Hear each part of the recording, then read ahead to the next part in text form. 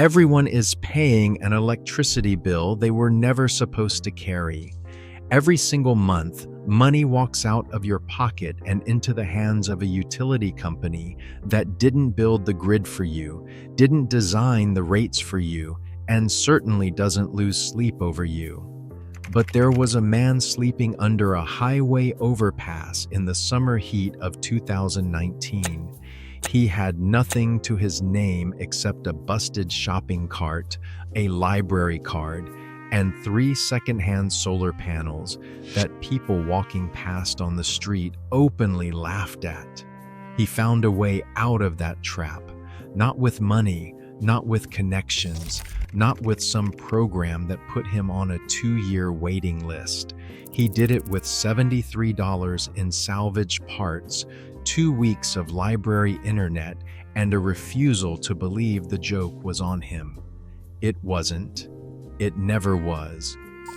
His name in this story is Marcus Webb. He is 51 years old. He was a former electrician's apprentice from Memphis, Tennessee. He followed a construction job to Atlanta in 2014, lost that job when the contractor folded, burned through his savings by 2016, and by 2019 was living under the Interstate 20 overpass near Capitol Avenue with a community of about 30 other people who had, in their own separate ways, fallen through the cracks of a system that was very good at promising safety nets and very bad at maintaining them. Marcus was not passive. That is the first thing you need to understand about him, because the world will always try to flatten people in his situation into a single image. A man with a cardboard sign, a man with an outstretched hand. That was not Marcus Webb. Marcus was the man in that camp who kept the generators running. He was the one people came to when a cord sparked wrong or a battery would not hold a charge.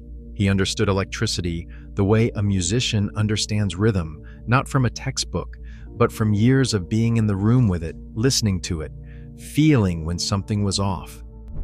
And it was Marcus who noticed, one August morning when the Atlanta heat was sitting on the city like a wet blanket, that the sun beating down on that overpass was doing nothing except making everyone miserable.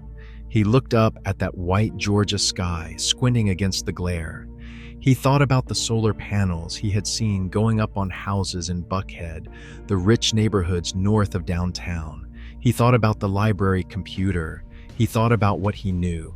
Walk into that overpass on a summer afternoon and you would understand the stakes immediately. The heat is physical. It pushes against your chest. People were losing their phones, their only connection to jobs, to family, to the outside world, because there was nowhere to charge them.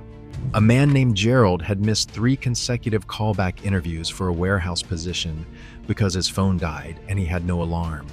A woman named Darlene had stopped keeping her insulin cold because the camp's single shared cooler was running off a gas generator that cost $40 a week in fuel. They were splitting 6 ways, $40 a week, for a generator for people living on nothing. So Marcus went to the library. Before we go any further, has anyone ever looked at your situation and told you the solution you were trying was stupid? Not wrong, not risky, stupid, because that word carries something extra in it, doesn't it?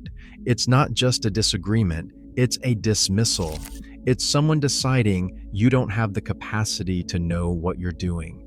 Drop a comment below and tell me, have you ever been counted out, had your idea laughed at, and then proved every single one of those people wrong? Because what you're about to hear is going to change the way you see what's actually possible when the system leaves you with nothing. Here's the thing about the energy system in America that they never put in the brochure. The grid was built in a specific way for a specific kind of customer, someone with a fixed address, a credit score, a signed lease, a bank account, someone who could be billed monthly, someone who would stay put.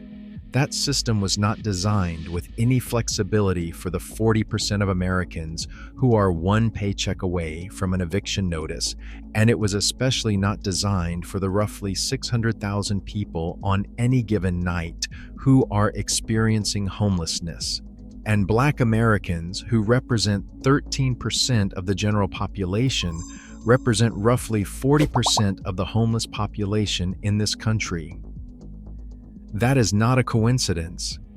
That is the compound interest of 100 years of policy decisions, redlining, disinvestment, wage suppression, mass incarceration, all arriving at once on one man sleeping under an Atlanta overpass. And what does the system do when those same people try to access clean energy? It builds more walls. Solar panels for a conventional home installation run between $15,000 to $30,000 professionally installed.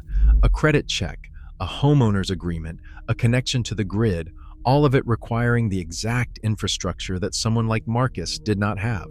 The solar industry was booming, billions of dollars flowing. And that boom was happening almost entirely in neighborhoods that already had the most. The neighborhoods that needed it most were watching it from the outside. Here is where it gets worse. The people paying the highest electricity rates in this country are disproportionately the poorest. Public housing, aging apartment buildings with no insulation, housing stock that hemorrhages electricity, people who can't negotiate their rate, can't switch providers, can't afford efficiency upgrades. They are locked into the most expensive version of a system that was never built for them. And every month, another bill arrives, another extraction, another transfer of money from the people with the least to the companies with the most. This wasn't an accident, it was an architecture. Marcus spent 4 days in the library before he bought his first panel. What he discovered is something that most people sitting in their homes and paying their monthly utility bill have never had a reason to investigate. A basic off-grid solar system, not a whole house setup and not a grid-tied installation with permits and inspectors, is a functional, practical system capable of charging phones, running LED lights, keeping a small cooler cold, and powering a laptop. It can be assembled for under $500. In some cases, under $300 with the right secondhand finds. Here is the physics of it. Pay close attention because this is the part the solar industry does not want you to think about too hard. A photovoltaic solar cell is, at its core, an almost absurdly simple device. It is a sandwich of 2 layers of silicon, one layer loaded with extra electrons and one layer hungry for them. When photons from sunlight strike that sandwich, they knock electrons loose. Those electrons, suddenly free and looking for somewhere to go, rush across a junction between the 2 layers. That rush of electrons is electrical current, direct current.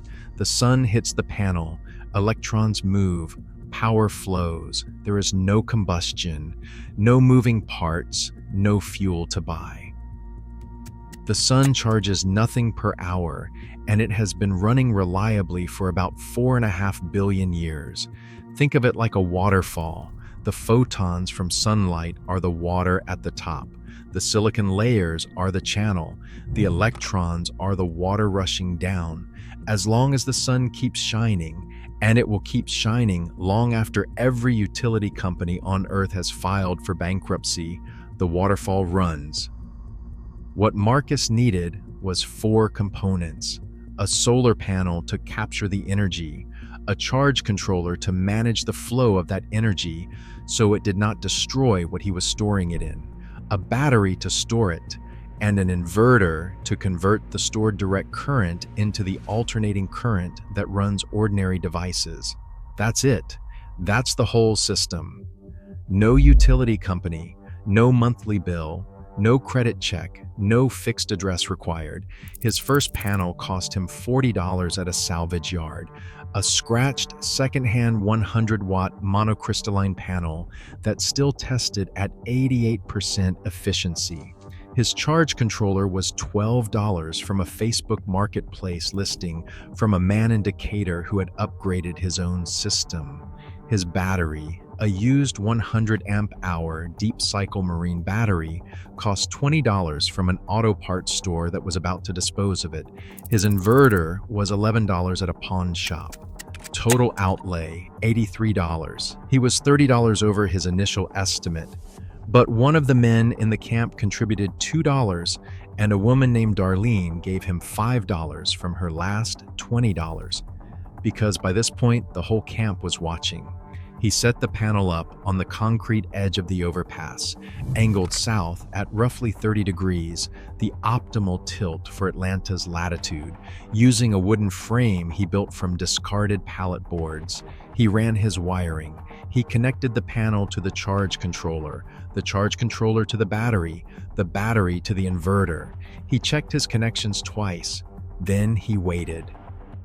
The charge controller's small LED indicator blinked green within minutes. The battery was drawing power. Marcus Webb, with $83 and 2 weeks of library internet, had built a functioning solar power system on a highway overpass in Atlanta, Georgia. People walking past on the sidewalk below laughed. Literally laughed. A man leaned out of his car window and said, "Nice toy, buddy." A woman shook her head and asked, "What's that supposed to do?" Darlene's insulin cooler ran for 11 days on that first charge before Marcus added a second panel. Gerald charged his phone every night and made it to his warehouse interview on time. He got the job. Within 6 weeks, Marcus had expanded the system to 4 panels, pulling a combined 340 watts, running a power strip that served 8 tents. No generator, no gasoline. No $40 a week fuel bill split 6 ways. Just the sun, the silicon, the electrons rushing downhill, and a man who refused to believe the joke was on him. The knowledge wasn't complicated. It was never complicated. It was just kept on the other side of a price tag that most people couldn't clear. Why don't more people do this? Why isn't this knowledge common? Why do millions of Americans, housed and unhoused, sit inside paying electricity bills they could dramatically reduce or eliminate while the sun beats against their roof or their window or their fire escape? 3 reasons. The first is speed. The utility industry built its infrastructure over 100 years and financed everything on the assumption that you would keep paying monthly forever. Do it yourself. Solar does not make them money. It makes you money.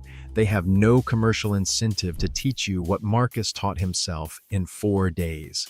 The second reason is cost, not the cost of solar, which has fallen roughly 90% in the last 15 years, but the cost of the professional installation model that the industry pushed as the only legitimate option. A $15,000 installation requires financing, which requires credit, which requires exactly the infrastructure that keeps the poorest customers locked to the grid. The third reason is a story. The industry, building codes, and permitting systems all tell the same thing, that this is complicated, dangerous, and beyond the capability of an ordinary person without professional credentials. That story is a lie. Marcus Webb proved it with $83 on a highway overpass. So here's what you can actually do with this information right now. There are 3 levels depending on where you're starting from. If you want the simplest possible entry point, start with what is called a portable solar generator, a pre-assembled unit that combines a battery, inverter, and charge controller in one box with a folding panel that plugs in. Brands like EcoFlow and Jackery make entry-level units that cost between $200 and $300 and can charge phones, run lights, and power a laptop for days. No installation, no permits, no wiring knowledge required. You plug the panel into the box, set it in a sunny window or outside, and let it charge. This alone could eliminate a meaningful portion of your monthly electricity use. If you are ready to go further, build the system Marcus built.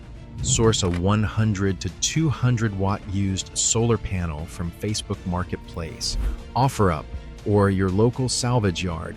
Budget $60 to $100. Add a 10 or 20 amp MPPT charge controller from Amazon, costing $30 to $50. Get a used Deep Cycle Marine or AGM battery from an auto parts store, $20 to $60. Add a pure sine wave inverter, size to your needs, $50 to $100. Wiring, connectors, and a fuse will be another $20 to $30. Total cost, $180 to $340 for a system that runs lights, charges every device in your home, and keeps a cooler cold indefinitely as long as the sun is shining. There are free detailed build guides on YouTube, search Will Prowse's channel, or DIY Solar Forum that will walk you through every connection. And if you are not ready to build anything yet, do this one thing. Go outside right now and look at your electric meter. Find your monthly kilowatt hour consumption on your last bill. Then Google the average daily sun hours for your zip code. Multiply your roof's or balcony's available square footage by 15 watts per square foot. That calculation will tell you exactly how much of your electricity you could offset with a basic solar setup. The numbers will surprise you. They surprise Marcus. They surprise everyone who does this math for the first time and realizes how close they always were to freedom. Marcus Webb was not a victim of circumstances. He was a man who had been handed broken tools for 50 years and finally decided to build his own. He was an engineer in every way that word means anything. Someone who looks at a problem, understands its physics, and builds a solution out of whatever is available. The knowledge was never lost. It was priced out of reach. And then the reaching was called stupid. We're here to dig up the solutions that the modern system buried under complexity, cost, and condescension, and put them back in the hands of the people they were always meant to serve. If this is the kind of truth you want more of, subscribe and join us.